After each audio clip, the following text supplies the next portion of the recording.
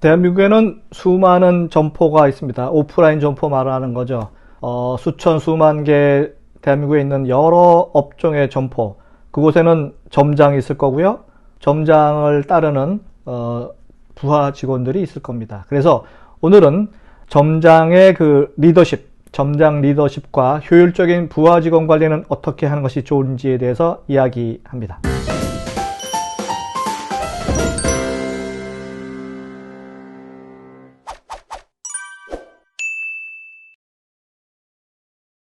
안녕하세요. 유통구단 김앤커머스 대표 김영호입니다. 오늘 점장 리더십과 효율적인 조직 관리에 대해서 이야기합니다. 점장은 리더에 속하죠. 그 다음은 리더는 과연 누가 되어야 할까요? 리더는 스스로에게 나는 부하 직원이 다른 동료에게 추천하고 싶은 보스인가를 항상 고민하고 질문하는 그런 과정이 필요로 한다고 생각이 듭니다. 정치권 얘기를 안 하고 싶지만 우리나라 각 기관 플러스 모든 곳에 리더분들이 제대로 작동을 하는 팀장, 점장 혹은 리더십을 갖추었다면 얼마나 좋을까 하는 생각도 해봅니다. 그래서 점장 리더십을 진행하는 점장의 입장에서는 자신의 리더십이 어느 정도인지 알고 싶어서 몰래카메라 형식의 언더커버 보스라는 프로그램을 잘 아실 겁니다. 그래서 몰래 밀착해서 과연 종업원들은, 부하 직원들은 어떻게 CEO를 생각하는지, 어떻게 점장을 생각하는지 알고 싶어 하는 프로그램도 있었습니다. 점장 리더십을 진행하면서 제가 느낀 거는요, 저도 마찬가지지만 실패 이력서, 제 커리어상에서 가장 큰 실수 5개에서 10가지의 리스트를 한번 만들어 보는 것도 상당히 중요한 그런 과정이란 생각을 한번 해봅니다. 제가 살아가면서 어떤 실수를 했는지, 어떤 실패를 했는지를 한번 되짚어 보는 거죠. 그러다 보면 내가 어떤 리더십을 갖추고 어떤 리더십을 보여야 되고 그것에 대한 피드백을 어떻게 해야 되는지를 다시 한번 설계를 하고 기획을 할 수 있지 않을까 하는 생각을 해봅니다. 실패에 대한 부분을 다시 한번 이야기하자면요. 대한민국의 경우는 실패에 대해서 상당히 포용하지 못하는 아주 굉장히 네거티브한 사회입니다. 그래서 한번 실수나 실패를 하게 되면 그것을 갖고 계속 이야기를 하고 다시 회복하지 못하게끔 그렇게 사회 분위기가 아주 상당히 좋지는 않습니다. 하지만 지금 나오는 사례는 슈퍼셀이라고 하는 핀란드 게임 회사입니다. 이 회사는 초창기부터 2010년도 설립됐는데요. 초창기부터 직원이 내놓은 아이디어가 채택되지 않고 실패할 때마다 축하를 해주는 그런 기업입니다. 그러니까 조직원이 뭔가를 해서 실패를 하면 실패를 칭찬해주는 그런 조직이란 거죠. 놀리거나 풍자하지 않고 실패로 얻은 교훈을 기념해주는 그런 이벤트를 여는 회사로 전 세계에 아주 유명합니다. 슈퍼셀. 물론 이 회사가 이렇게 조직원들에 대한 실수나 실패를 포용해주는, 인정해주는 그 조직 분위기 때문에 초창기 상당히 많이 발전했죠. 당연히. 그래서 엄청 회사가 커지다 보니까 이 회사를 2016년 중국의 텐센트가 매입을 해서 자회사로 만드는 거죠. 그래서 그 첫 번째 초심이 계속 지속되는지는 모르지만 초창기 슈퍼셀은 실패를 인정하고 실패를 용인하는, 그리고 그것을 축하하는 그런 회사로 포지션을 했다는 점은 상당히 기억에 남는 그런 사례입니다. 저도 지금 한 30여 년 가까이 개인 기업을 운영하고 있습니다. 그 사이에 직원들도 있고, 전에 대기업에 다닐 때는 수백 명의 부하 직원을 관리했던 시간도 있었습니다. 그때 느낀 거는요, 리더는 자신의 실수나 실패에 대해서 겸허하게 잘 반성하고 그것을 밝혀야 된다는 생각을 했었습니다. 그래서 리더는 정말 용감해야 합니다. 비겁한 리더는 존재 가치가 없습니다.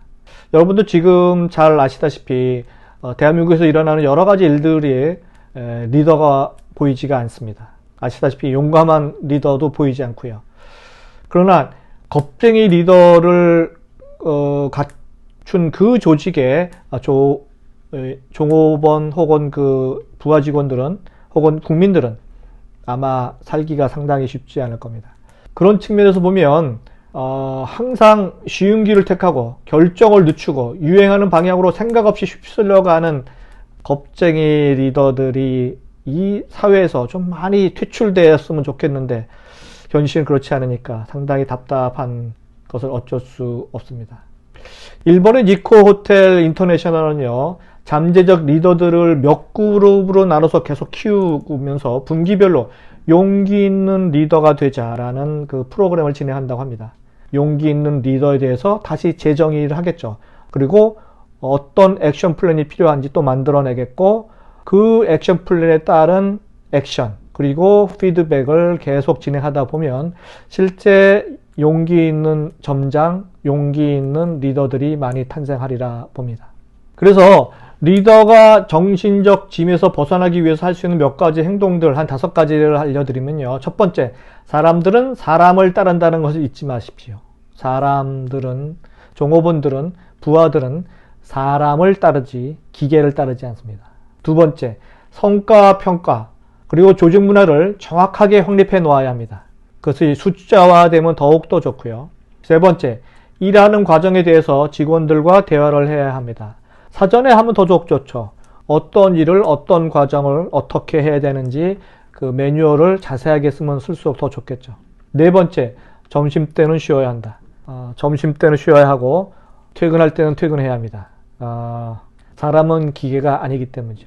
다섯 번째, 일 외에 열정을 쏟아 부을 수 있는 무언가를 만들어야만 합니다.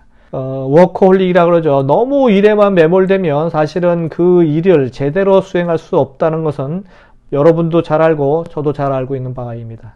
이런 5가지 것들을 행동을 함으로써 부하 직원들이 편안하게 자신들의 창의력과 상상력과 기획력을 최대한 발휘할 수 있게 분위기를 만들어 주셔야 할 것입니다. 그래서 리더에게는 명심보감, 리더 명심보감이라는 것이 4가지를 알려드립니다. 첫 번째, 자신이 직접 통제하거나 영향을 미칠 수 있는 것들을 메모하시기 바랍니다. 직접 통제하거나 영향을 미칠 수 있는 것들만, 그렇지 않은 것들은 통제할 수 없는 것들도 당연히 리스트업을 하면 좋겠죠. 두 번째, 위대한 질문을 하는 사람이 돼야 한다. 위대한 질문, 상당히 어려운 말일 수도 있겠지만 일상생활에 불필요한 질문들을 부하 직원들에게 하지 말기 바랍니다. 위대한 질문을 할 수 있는 리더가 되시기 바랍니다. 세 번째, 지속적으로 배워야 한다. 지속적으로 공부해야 된다는 거죠. 그러려면 책도 많이 읽어야 되고 상당히 많은 수준의 공부를 해야 될 겁니다. 그리고 자신을 성찰하는 시간도 가져야 될 거고, 리더가 아무나 되는 것은 아닙니다. 나이가 많다고 그 분야에서 오래 일했다고 리더가 되는 것은 절대 그래서는 안 된다 생각이 듭니다. 네 번째, 남을 성공으로 이끄는 리더가 진정으로 성공하는 리더다. 100%, 200% 공감하는 내용입니다. 내가 성공을 하려면 다른 사람이 성공을 해야 내가 성공하는 거죠. 부하 직원을 성공의 길로 인도하면 인도할수록 내가 그 레코드, 결과물이 점점 풍성해진다는 걸 알 수 있을 겁니다. 내가 잘나서? 아닙니다.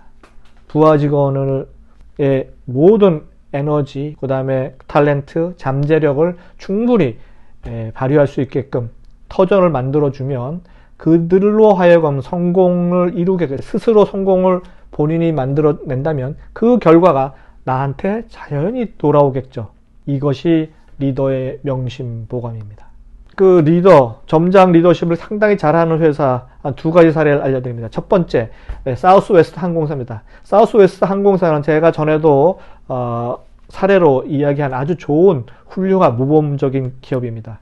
일은 즐거워야만 하고 직원을 잘 대우하고, 그리고 그들이 잘 대하면 대할수록 그들이 스스로 고객에게 잘 응대하기 때문에 직원 우선을 채택한 회사입니다. 직원 우선. 저도 이거 부분은 100% 인정합니다. 일이 즐거워야 되고 직원을 우대해야 그들이 스스로 또 고객에게 최고의 서비스를 제공하기 때문입니다. 두 번째 사례, 자포스. 자포스입니다. 자포스. 미국의 한 여성이 온라인 쇼핑몰에서 남편에 주기 위해서 부츠를 구입했는데 주문한 신발이 도착하기도 전에 남편은 교통사고로 세상을 떠나게 됩니다. 그 소식을 든 온라인 쇼핑몰이 무료로 반품을 해줬을 뿐만 아니라 부인에게 조화를 선물했습니다. 물론 반송료, 조화 모든 값은 회사가 지불했죠. 신발을 판매하는 회사가 아니라 고객의 체험 서비스를 판매하는 회사, 자포스입니다. 이런 일은 일어날 수 있죠. 네.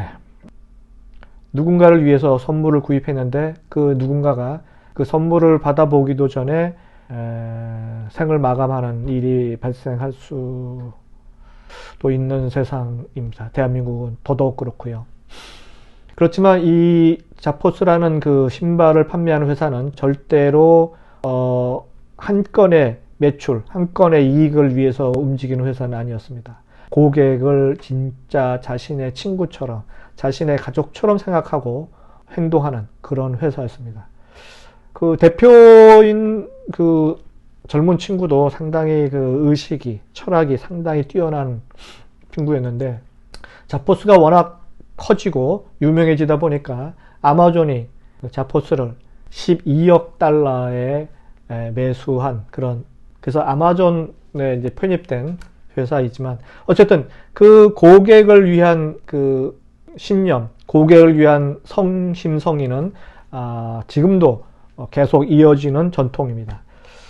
자포스가 그 캐치프레이즈가 해피니스를 전달한다는 그런 것을 했어요. 해피니스 딜리버리라고 하는 그 슬로건을 제일 처음 만들어냈는데, 이를 또 본따서 우리나라 어느 베이커리 카페 회사가 그걸 썼더군요. 어쨌든 원조는 해피니스를 전달한다는 그 개념의 슬로건을 운영하는 회사는 자포스가 원조입니다.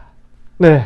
또 한 사례는 노드스트롬이죠. 여러분 잘 알고 있는 백화점의 대명사 노드스트롬 성공 비결은 첫 번째, 직원의 파워입니다. 직원에게 모든 역량을 부여하고 모든 의사결정을 줍니다. 그래서 직원들이 고객에 대한 태도가 상당히 다르다. 그래서 지금까지 최고의 기업으로 남아 있다는 것을 알 수 있습니다. 네, 미국에서 일하기 좋은 직장 100곳의 공통점을 매년 미국에서는 발표합니다. 미국 그 일하기 좋은 직장 100곳, 이 회사는 일하기 좋은 직장뿐만 아니고 매출도 상당히 높고 이익도 상당히 많이 내는 아주 견실한 회사 100곳 중에도 상당히 많이 포진하고 있습니다. 그 회사들의 공통점이 종업원 위주로 모든 일을 진행한다는 점을 꼭 기억하시기 바랍니다.